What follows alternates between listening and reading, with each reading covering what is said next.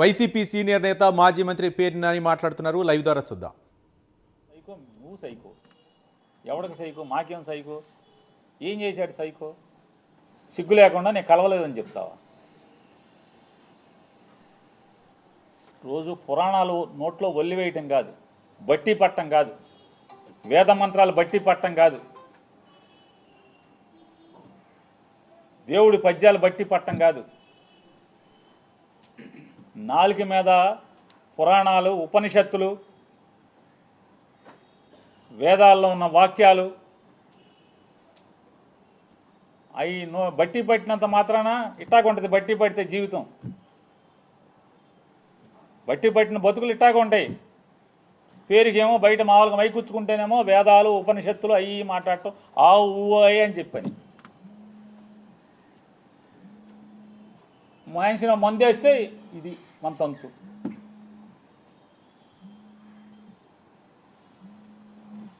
కామినేని శ్రీనివాస్ చిరంజీవిని పొగుడుతున్నాడు. ఆకాశానికి చెబుతున్నాడు చిరంజీవిని.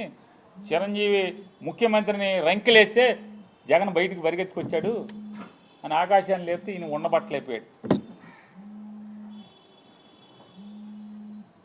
లేచిపోయి వెంటనే కామినేని శ్రీనివాస్ గారు సైకో, అప్పుడు వచ్చారు కదా సినిమా వాళ్ళు, అది ఇదని.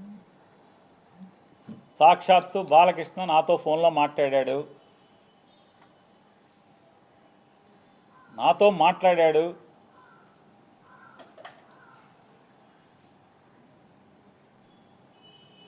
మాట్లాడాడే చెప్తున్నా. నాకు జన్మ ఇచ్చిన నా తల్లిదండ్రుల మీద ప్రమాణం చేస్తున్నా, నువ్వు చేయి, నాతో మాట్లాడలేదని చెప్పాను. మీ అమ్మ నాన్న మీద మాటకి చెప్తారు కదా.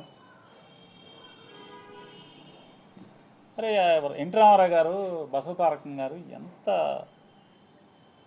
క్యారెక్టర్ ఉన్నవాళ్ళు, ఎంత సంస్కారవంతంగా బతికారు వాళ్ళు, ఎంత సంస్కారవంతంగా బతికారు. వాళ్ళ కడుపున పుట్టి ఈ రకమైనటువంటి నీచపు మాటల అసెంబ్లీలో. పోనీ ఎక్కడో అక్కడ కూర్చుని చీకట్లో మందేస్తా మాట్లాడామంటే అది వేరు. ఎవడో వీడియో తీసే ఫోన్లో తీసేశాడు, బయట పెట్టేశాడంటే అర్థం ఉంది. అసెంబ్లీలో మాట్లాడతా. నన్ను అడిగావు బాలకృష్ణ, నన్ను అడిగావు ఫోన్ చేసి, జగన్మోహన్ రెడ్డి గారితో అపాయింట్మెంట్ ఇచ్చు నేను వచ్చి కలుస్తానని చెప్పాను. అఖండ సినిమా కోసం మిరియాల రవీందర్ రెడ్డి ఆయన ఎవరో ఉన్నాడు, నా దగ్గరికి వచ్చాడు. నన్ను అడిగి 10 మందితో మాట్లాడించి అపాయింట్మెంట్ తీసుకుని నా దగ్గరికి వచ్చాడు. సార్ మా హీరో గారు మాట్లాడుతా అంటున్నారు, కొద్దిగా మాట్లాడండి సార్ అన్నాడు. మీకు అభ్యంతరం అన్న, నాకే అభ్యంతరం లేదు, మాట్లాడండి, నేను మంత్రిని, మాట్లాడాలి, బాధ్యత, మాట్లాడించండి అని మాట్లాడావు. జగన్మోహన్ రెడ్డి గారు ఎట్టా ప్రవర్తించాడు? నేను వెళ్ళి అడిగితే, సార్ బాలకృష్ణ ఫోన్ చేశాడు సార్, వస్తాడంటే మిమ్మల్ని కలుస్తా అంటే కొద్దిగా అపాయింట్మెంట్ ఇవ్వండి అని అడిగాను.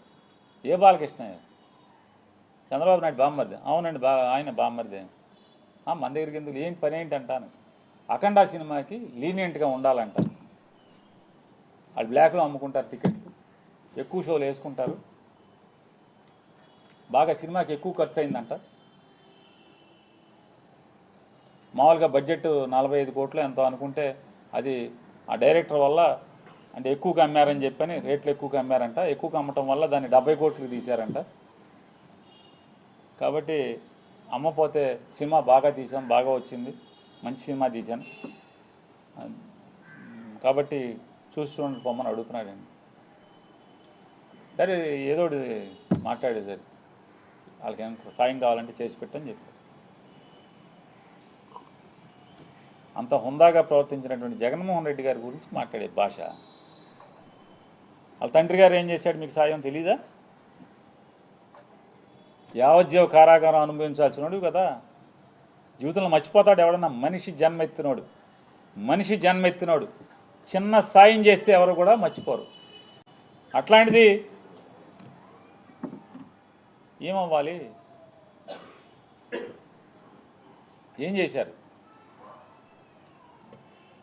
కొడుకు సాయం చేశాడే తెలీదా? చేశాడు కదా. అడగంగానే మీరు రాబాబా, మేము జగన్ దగ్గరికి రామని చెప్పు, తప్పే ఉంది, రాజకీయంగా వాడుకో, మేము ఎప్పుడు జగన్ కలవలేదని చెప్పు, తప్పే ఉంది, నిజమే కదా. జగన్మోహన్ రెడ్డి గారిని ఎప్పుడు కలవలేదు, ఓకే. అంతేగాని నేను రానన్నాను, ఎవడు రానన్నది ఎవడు? హాస్పిటల్ బిల్లు కోసం డాక్టర్ హరికృష్ణ ఎవరైతే ఆరోగ్యశ్రీ చూసేవాడు హరికృష్ణతో మాట్లాడలేదు.